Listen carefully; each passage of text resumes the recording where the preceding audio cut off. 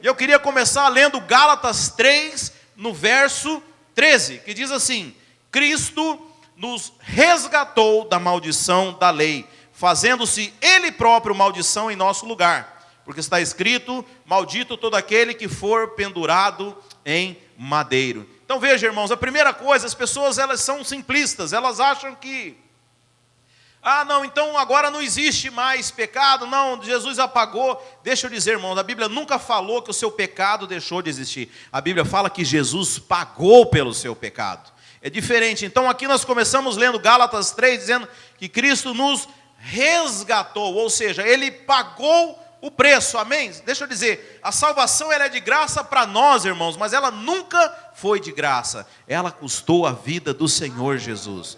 Sabe, as pessoas acham que, não, simplesmente deixou de existir. Não, pagou um preço muito caro. E deixa eu dizer, quem entende isso, sabe, tem todo o encargo de evangelizar cada vez mais pessoas. Porque sabe o valor daquilo que Jesus Cristo fez na cruz. Então, veja, a primeira coisa não é que nós deixamos de sofrer a punição. Não é que, agora o que nós fazemos não tem mais maldição. Não, mas é que Jesus Cristo pagou esse preço lá na cruz, amém? A Bíblia fala que Deus, de alguma forma, na sua onisciência, a Bíblia fala que toda a sua ira, todo o seu julgamento foi exaurido na cruz de Cristo, na cruz através de Jesus Cristo. Então Deus pega toda a sua ira por causa do nosso pecado. Veja, Deus não tinha ira a respeito de Jesus, irmãos. Jesus cumpriu toda a lei, Jesus era perfeito, Jesus não tinha pecado, Jesus era o Filho amado, que o Senhor tinha todo o prazer. Mas a Bíblia fala que na cruz, Deus ele exauriu a sua ira pelo pecado. Pecado de quem, irmãos? Nossa, a Bíblia fala, aquele que não conheceu o pecado, Deus o fez pecado por nossa causa, para que nele nós fôssemos feitos justiça de Deus. Então a primeira coisa que nós temos que entender é que Jesus, ele pagou esse preço. E isso é importante, irmãos, porque, você sabe, tem pessoas que acham que não têm entendimento a respeito disso, e acham que Deus simplesmente perdoou o nosso pecado. Não, o nosso pecado não foi perdoado, irmãos. O nosso pecado foi julgado. Amém? Estava ensinando no cursão para os irmãos a respeito dos julgamentos. A Bíblia fala que no final do milênio vai ter o julgamento do grande trono branco. Está lá em Apocalipse 20. Mas eu falo, esse julgamento não é para nós, irmãos. Nós vamos comparecer no tribunal de Cristo, segundo o apóstolo Paulo fala lá em Coríntios. Mas o julgamento de pecados não, nós já fomos julgados, irmãos. Por isso que a Bíblia fala, aquele que crê em mim não entra em juízo. Ou seja, nós não vamos mais entrar em juízo com Deus, porque Deus já julgou o nosso pecado em Cristo Jesus. Amém? Mas o nosso pecado foi pago, irmãos. Aqueles que acham que foi perdoado, e tem pessoas que acham que é a misericórdia de Deus, e você sabe, Deus podia falar, não, eu vou simplesmente usar da minha misericórdia e vou pagar do seu pecado, sabe, mas a Bíblia mesmo fala que Deus ele pode ter misericórdia de quem Ele quiser. Que segurança nós teríamos, irmãos? Falar assim, pessoa, você está numa fila aqui, Aí vem a Ana na minha frente, aí Deus ele vai lá, ok Ana, eu vou ter misericórdia de você, pode entrar, seus pecados, aí eu ficava pensando, será que vai chegar na minha vez? Será que Ele vai ter misericórdia de mim ou não? Veja, nosso pecado, nossa salvação não é baseada na misericórdia de Deus. A Bíblia fala que a nossa salvação é baseada na justiça de Deus. Deus é justo, amém? E agora, por que nós podemos ter paz com Deus? Quando ouvimos que Deus é justo. Você sabe, tem gente que usa isso para ameaçar as pessoas. Nós começamos eu lembro lá no Brasil que nós começamos a pregar a respeito da graça, lá na cidade que nós estávamos, e aí uma igreja, não sei se por nossa causa ou não, mandou fazer um adesivo lá para botar nos carros, Tipo assim, Deus é amor, mas é justiça. É mais ou menos assim. Cuidado, Se Deus é amorzinho aí e tal, é o dia que você queria, dia que estavam te evangelizando. Depois você entra para cá, agora você vai conhecer o Deus que é juiz, O Deus que é bravo, Mas veja, irmãos, maravilhoso isso, que a nossa salvação é baseada na justiça de Deus. Misericórdia Ele pode ter de quem Ele quiser, mas justiça Ele não pode deixar de ser justo, porque Ele pode ser justo com 1000, se ele deixar de ser justo com um só, Ele é alguém injusto. Amém? Então qual que é a justiça? Porque Deus julgou a Cristo. Ele não pode mais julgar a nós. A gente não pode pagar 2 vezes pela mesma dívida. Então a Bíblia fala que nós somos resgatados. Ou seja, Cristo pagou no nosso lugar. E porque a dívida está paga, Deus não pode cobrar novamente de você. Os irmãos estão entendendo? Amém. Ah, pastor, eu entendi isso, né? Disseram que o dia que eu aceitasse Jesus, todos os meus pecados iam estar perdoados. Mas daqui para frente, cada um por si, Deus por todos. Não, não é verdade. A Bíblia nunca falou isso, irmãos. Que você tem um pagamento parcial de pecados. A Bíblia fala que Jesus morreu por todos os seus pecados. Ah, mas e o que eu vou pecar amanhã? Jesus também já morreu. Eu sei que isso dá nó na cabeça de muita gente. Mas para pensar, quando Jesus morreu, você já tinha cometido algum pecado? Não. Deus ele é onisciente, ele não vive nesse espectro de tempo temporal nosso, né, no Cronos. Né? Deus ele enxerga o começo e o fim, ele é o alfa e o ômega. Então ele já sabia todos os pecados e Jesus morreu por todos. Bem, tem 2 teorias a respeito disso, né? A primeira é que de fato Deus já sabe até os pecados que você ainda vai cometer. Tem gente que acha que é injusto, né? Poxa vida, né? Eu nem queria pecar e Deus já está falando que eu vou pecar. Mas tem uma outra teoria também, é que o sangue de Cristo é tão abrangente que ele não apenas paga a sua dívida, mas ele deixa um crédito tão grande que você, por mais que você pecasse a vida inteira, você nunca iria gastar todo esse crédito que foi pago ali na cruz através do sangue do justo. Sabe? Mas, você sabe, irmãos, essa é a base do Evangelho, essa é a boa nova, esse é o Evangelho que nós precisamos pregar. Sabe, aqueles que acham que o Evangelho é a lei de Moisés, é você seguir uma lei, deixa eu falar, não tinha sentido Jesus vir para poder continuar fazendo a mesma coisa. Ou seja, Jesus ele fala assim, olha, você vai conhecer a verdade. Agora, ele fala isso para pessoas que sabiam a lei totalmente de cor.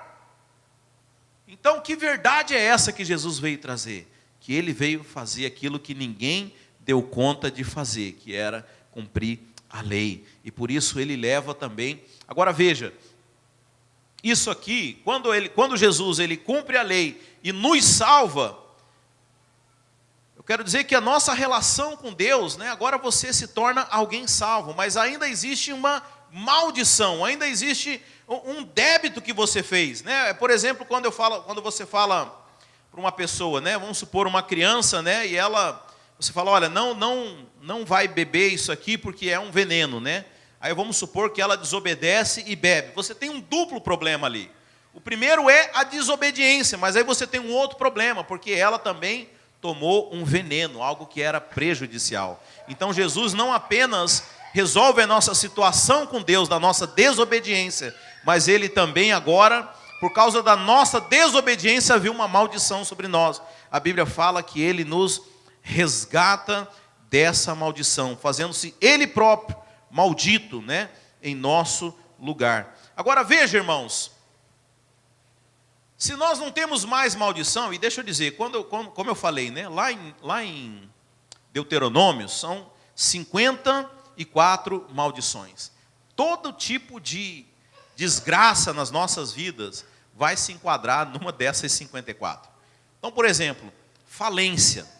Falência é uma maldição. A Bíblia fala, né, que uma das maldições é que você ia precisar pedir emprestado, que você não ia ter, que o seu celeiro ia ser vazio, que o seu pão ia ser maldito, que o seu gado ia ser estéril.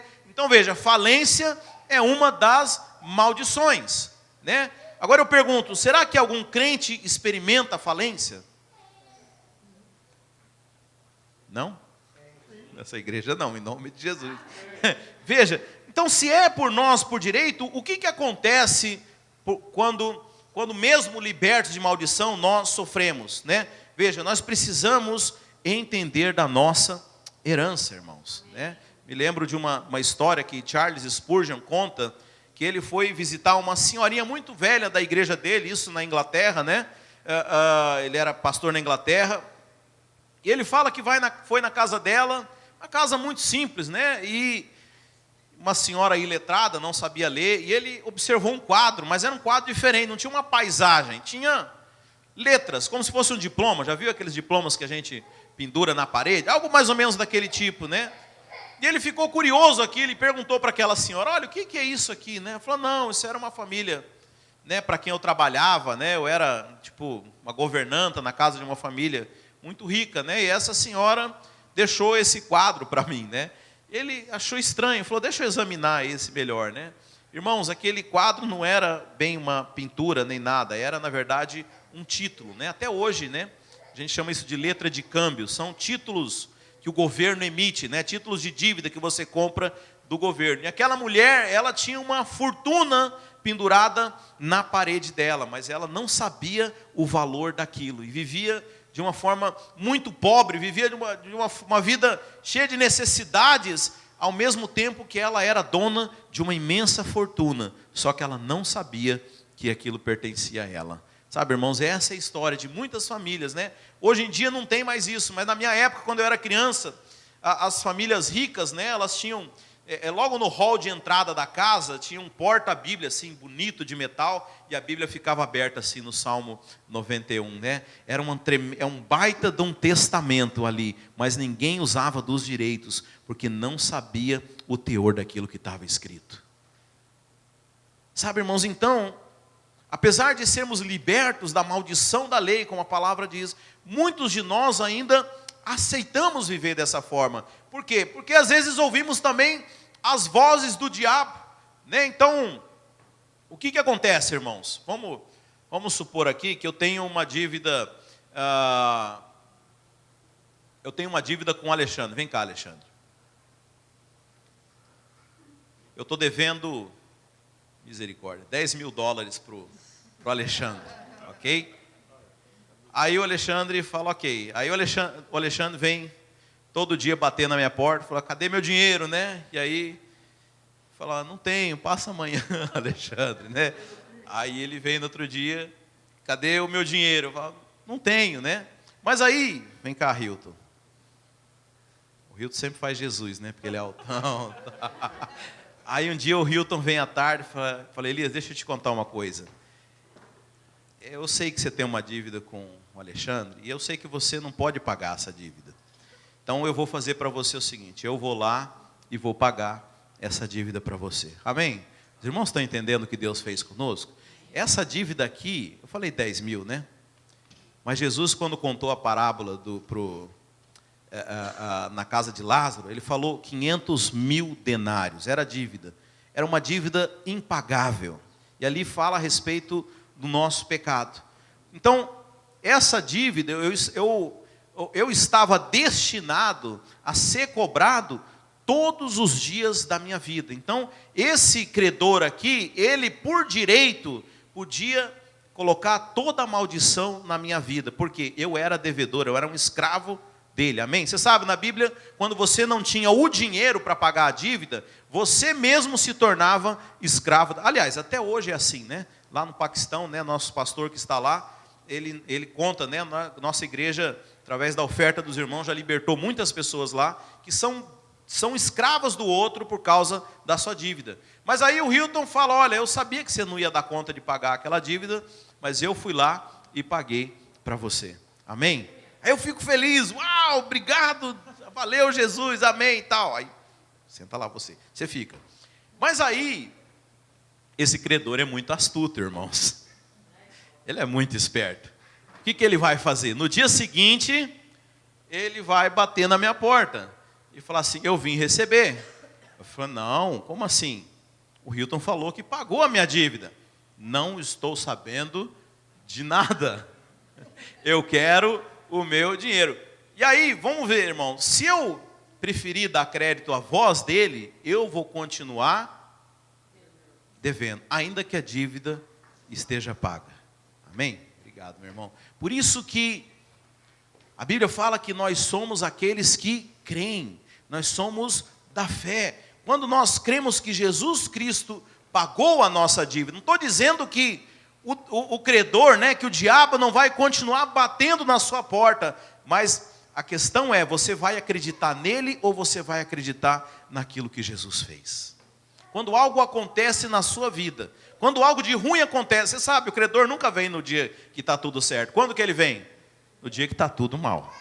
No dia que você está precisando de dinheiro, no dia que aconteceu alguma coisa errada. Qual que é o pensamento que vem na sua mente? Seja sincero, irmãos.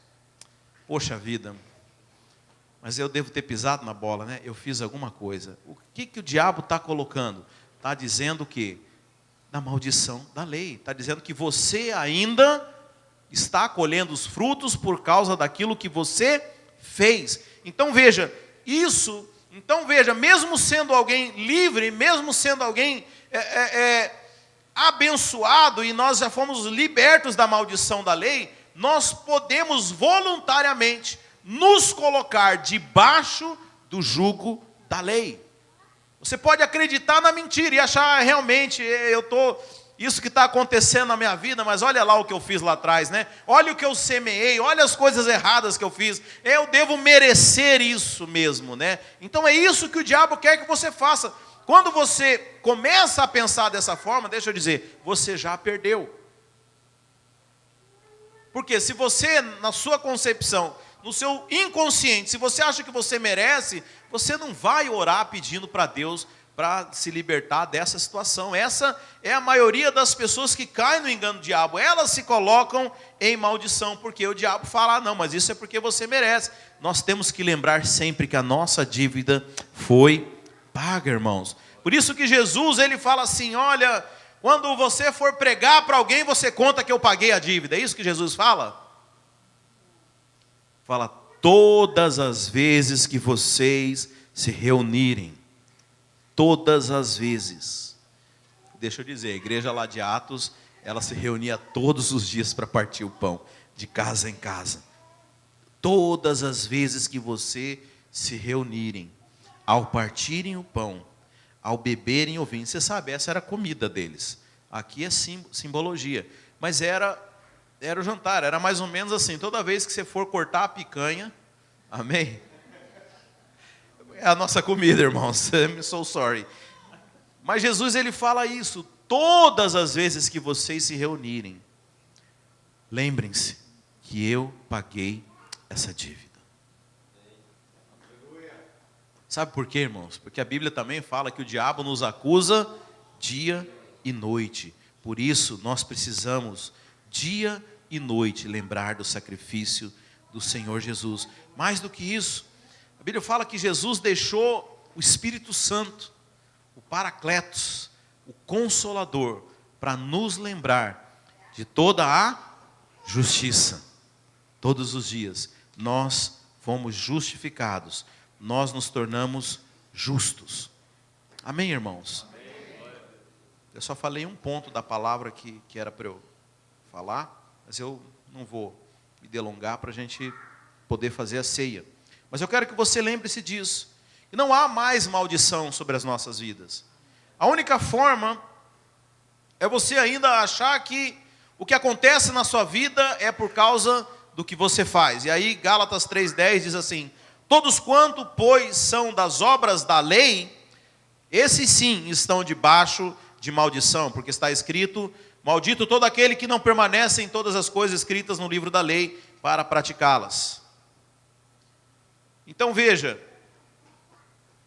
Gálatas 5:4 também fala, vós que procurais justificar-vos na lei, da graça decaístes, né? Ou seja, nós nos justificamos em Cristo. Todo tipo de maldição, irmãos, todo tipo de problema que você está vivendo, lembre-se daquilo que Cristo fez. Cristo se fez maldito. Cristo levou toda a maldição para que nós pudéssemos desfrutar das bênçãos de Deus, irmãos.